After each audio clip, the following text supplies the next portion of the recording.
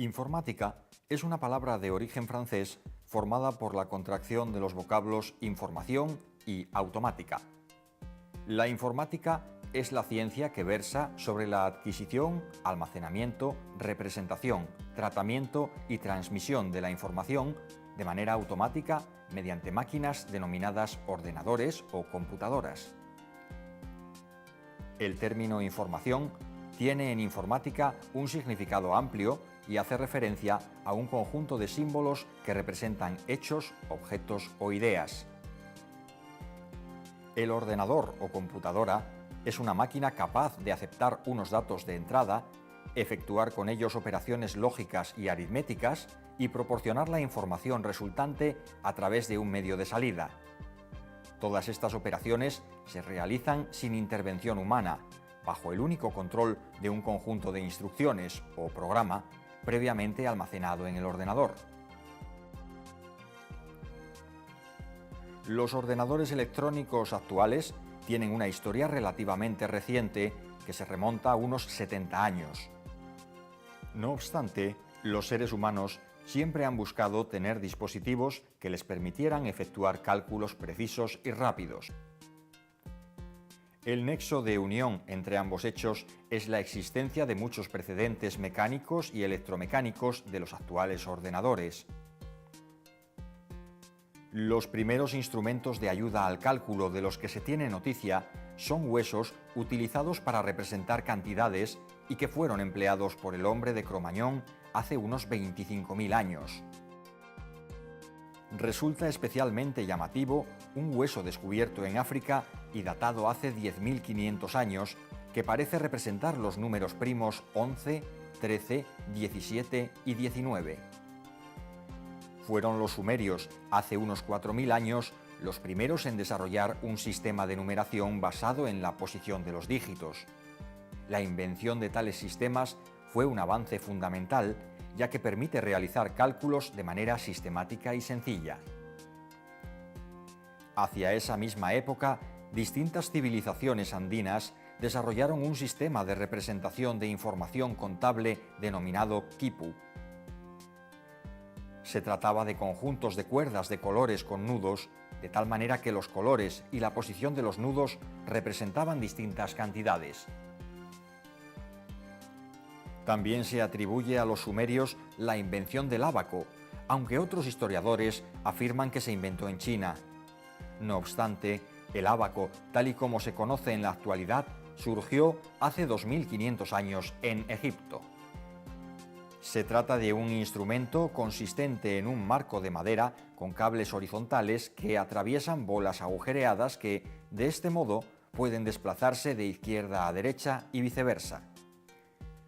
Con este instrumento es posible realizar a gran velocidad cálculos relativamente complejos y su uso aún perdura.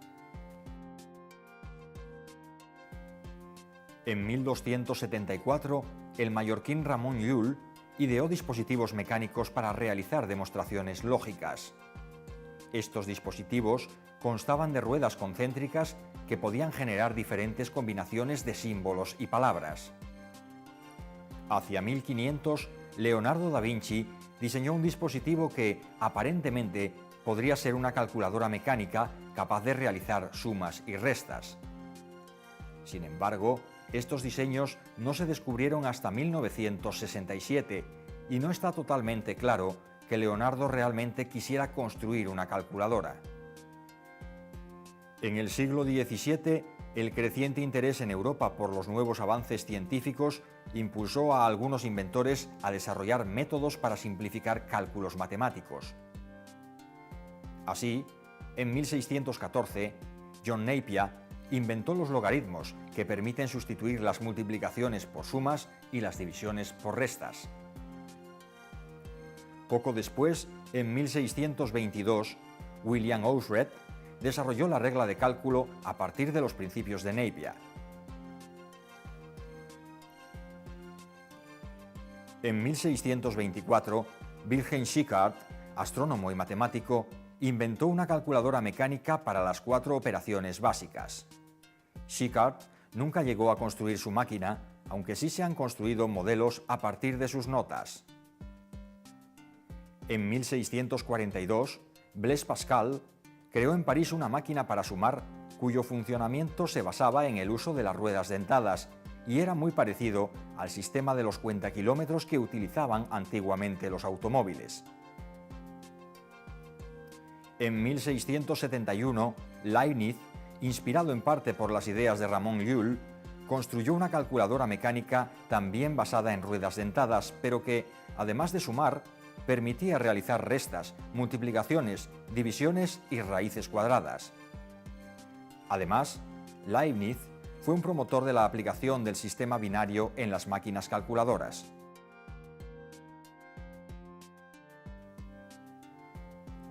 En 1804, Joseph Jacquard desarrolló un telar que se servía de tarjetas perforadas para controlar la creación de complejos diseños textiles. La misma técnica se utilizaría después en pianolas y organillos que empleaban tarjetas o cintas perforadas para almacenar la partitura a reproducir. Las tarjetas y cintas perforadas jugarían posteriormente un papel preponderante en la historia de la informática como medio de almacenamiento de información. A partir de 1822, el matemático e inventor británico Charles Babbage llevó a cabo una serie de avances fundamentales. En primer lugar, propuso la creación de la llamada máquina diferencial, cuya misión era calcular tablas matemáticas, como las trigonométricas o logarítmicas. Posteriormente, en 1830, y cuando aún no había construido esa máquina, Babbage concibió un segundo dispositivo, la llamada máquina analítica. Esa máquina sería un ordenador de propósito general, es decir, programable, y debería haber utilizado tarjetas perforadas y ser impulsada por vapor. Babbage colaboraba con Lady Augusta Ada Lovelace, hija del poeta Lord Byron y matemática. Lady Ada fue la primera persona a la que se puede calificar de programadora, puesto que desarrolló programas para la máquina analítica de Babbage. Entre ellos se encuentra uno que permitía calcular la secuencia de números conocida como números de Bernoulli. Se afirma con frecuencia que las limitaciones tecnológicas de la época impidieron el desarrollo de la máquina analítica. No obstante, otros investigadores afirman que el factor clave fue la incapacidad de Babbage para dejar quieta su mente. Continuamente realizaba modificaciones en el proyecto y abordaba nuevas líneas de trabajo que hicieron imposible la finalización del mismo. Así, no sería hasta 1890 cuando se llevó a cabo por primera vez una operación de procesamiento de datos de manera mecanizada. Semejante logro fue obra del norteamericano Herman Hollerith, que previamente, en 1884, había solicitado la patente para una máquina de tabulación automática de tarjetas perforadas. El sistema Hollerith permitía calcular y agrupar datos censales y se utilizó por primera vez para realizar el censo de los Estados Unidos de 1890. El sistema Hollerith no solo fue eficaz y económico en comparación con el anterior censo, sino que, además, permitía clasificar y separar tarjetas en base a ciertos criterios. De este modo era posible, por ejemplo, saber cuántos ingenieros había en una ciudad determinada o realizar consultas similares, una verdadera revolución para la época. La empresa de Hollerith, Tabulating Machines Company, cambió de nombre en 1924 y pasó a llamarse International Business Machines, la IBM de nuestros días. A partir de 1893, el español Torres Quevedo publicó diversos trabajos sobre máquinas que servían para solucionar ecuaciones matemáticas. Construyó multitud de ellas, todas analógicas, para diversos propósitos, como, por ejemplo, resolver ecuaciones de segundo grado con coeficientes complejos. Los diseños de todas estas máquinas estaban basados en componentes mecánicos como engranajes, palancas o mecanismos similares. Esto hacía que fuera muy complicado construir máquinas complejas verdaderamente operativas. Todo esto cambiaría en 1930, cuando el norteamericano Vannevar Bush diseñó en el MIT el analizador diferencial, donde la utilización de circuitos eléctricos y electrónicos permitió llevar a cabo diseños hasta entonces imposibles. Dio así comienzo nuestra actual era de ordenadores. El analizador diferencial era una máquina electrónica que medía grados de cambio en un modelo. Contenía 2000 válvulas de vacío, miles de relés, 150 motores y más de 300 kilómetros de cables. Pesaba 100 toneladas y ocupaba la mayor parte de una gran sala. Esa máquina, no obstante, seguía siendo analógica y no digital. En 1937, el británico Alan Turing captó la atención de los científicos con un trabajo sobre los números y las computadoras, en el que estableció, desde un plano puramente teórico, la existencia de problemas que no pueden resolverse mediante computadoras, es decir, problemas que no admiten una representación algorítmica. Los trabajos de Turing resultarían fundamentales para todos los desarrollos posteriores en el campo de la informática. Durante la Segunda Guerra Mundial, todos los países implicados en el conflicto trataron de desarrollar sistemas de cálculo mejores y más rápidos que facilitasen la decodificación de los mensajes enemigos.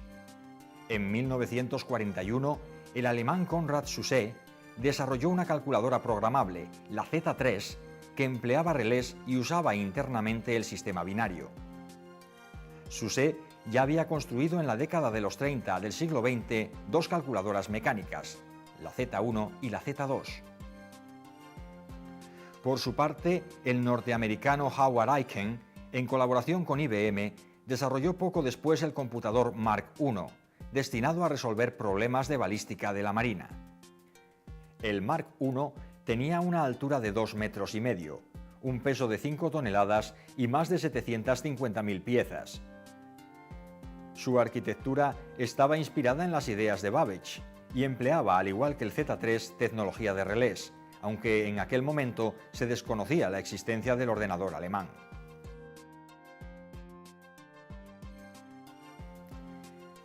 A mediados de los años 40 del siglo XX, las válvulas de vacío se convirtieron en la tecnología preferida para construir ordenadores en detrimento de los relés.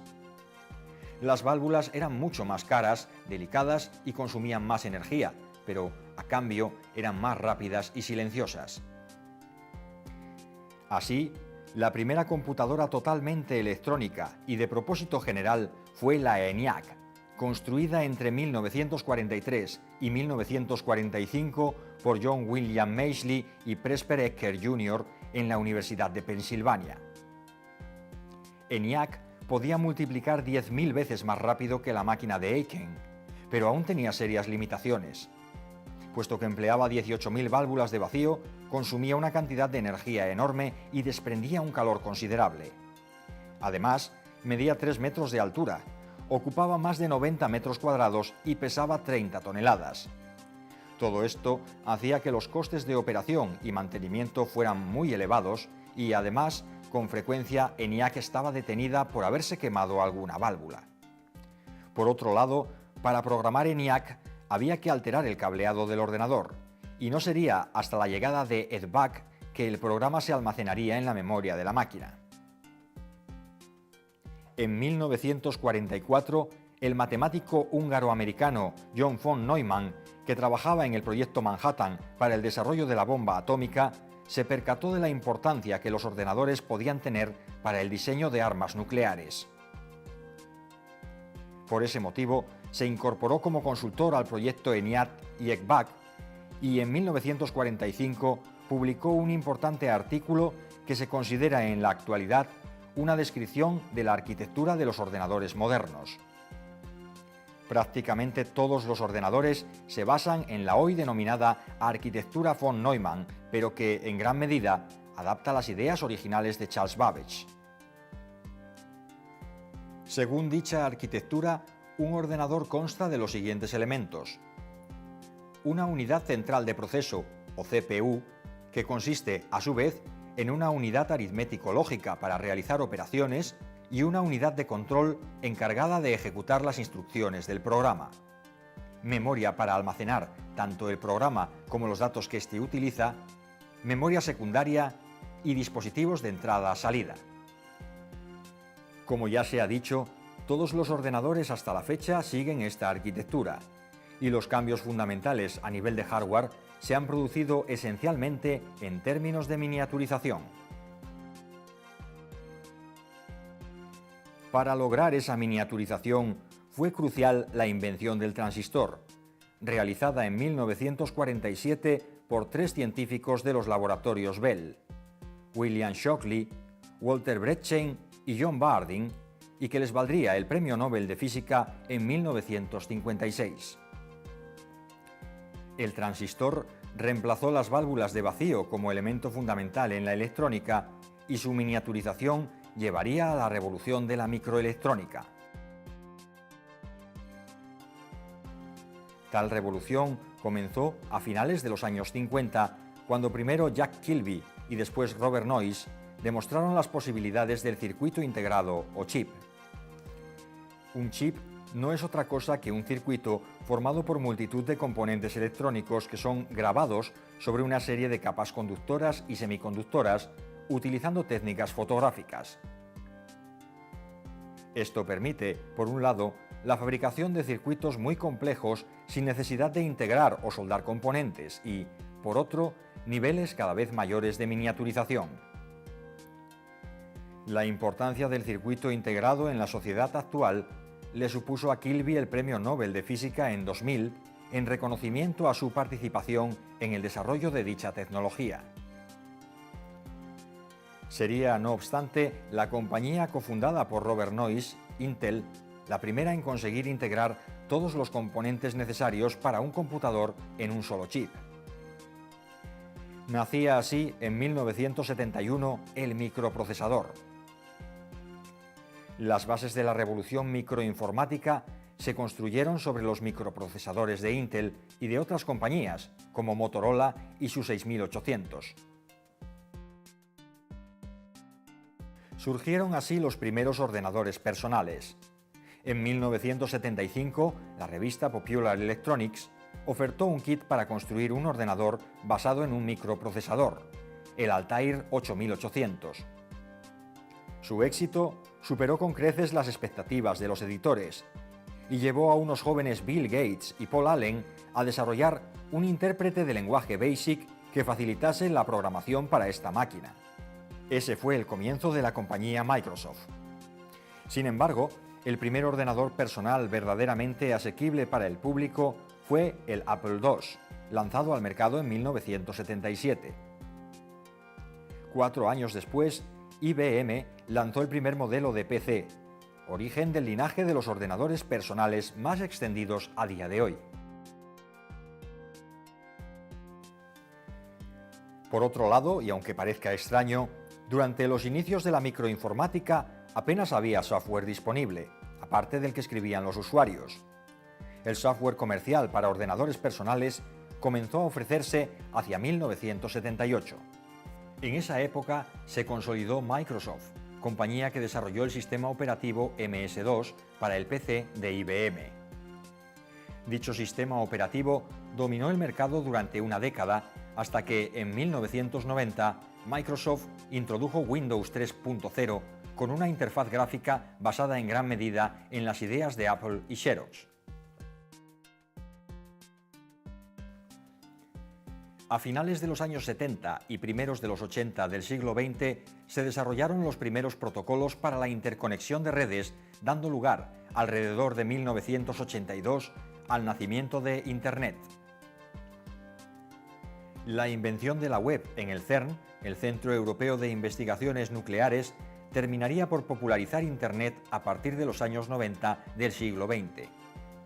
El impacto de Internet en general y la web en particular en la sociedad actual es innegable.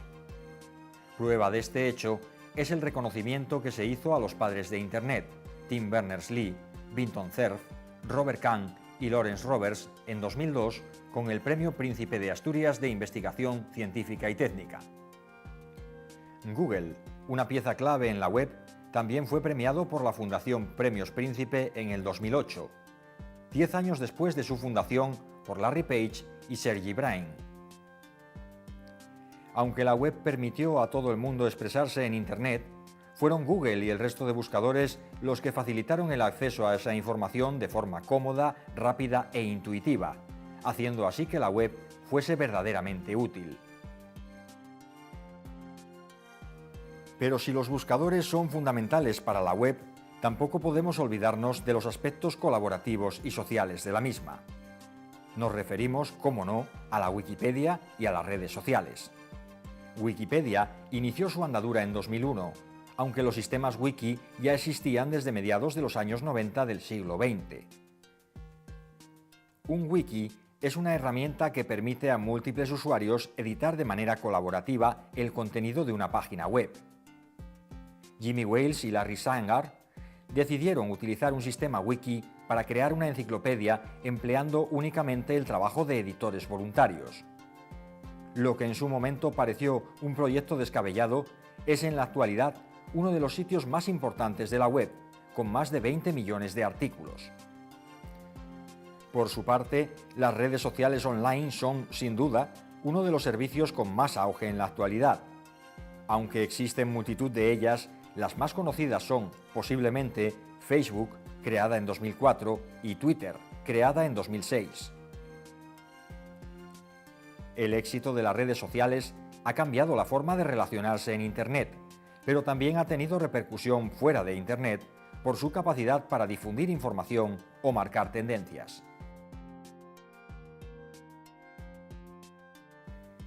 En conclusión, tras 7 décadas de historia, puede afirmarse que la informática está presente en todos los aspectos de la sociedad actual y que los sistemas informáticos son fundamentales para el funcionamiento del mundo moderno. Los ingenieros e ingenieras en informática se encuentran tras el desarrollo de dichos sistemas, muchos de los cuales eran utopías no hace muchos años. Por ese motivo, puede afirmarse que la ingeniería informática es, sin duda, un área destinada a materializar los sueños de nuestra sociedad.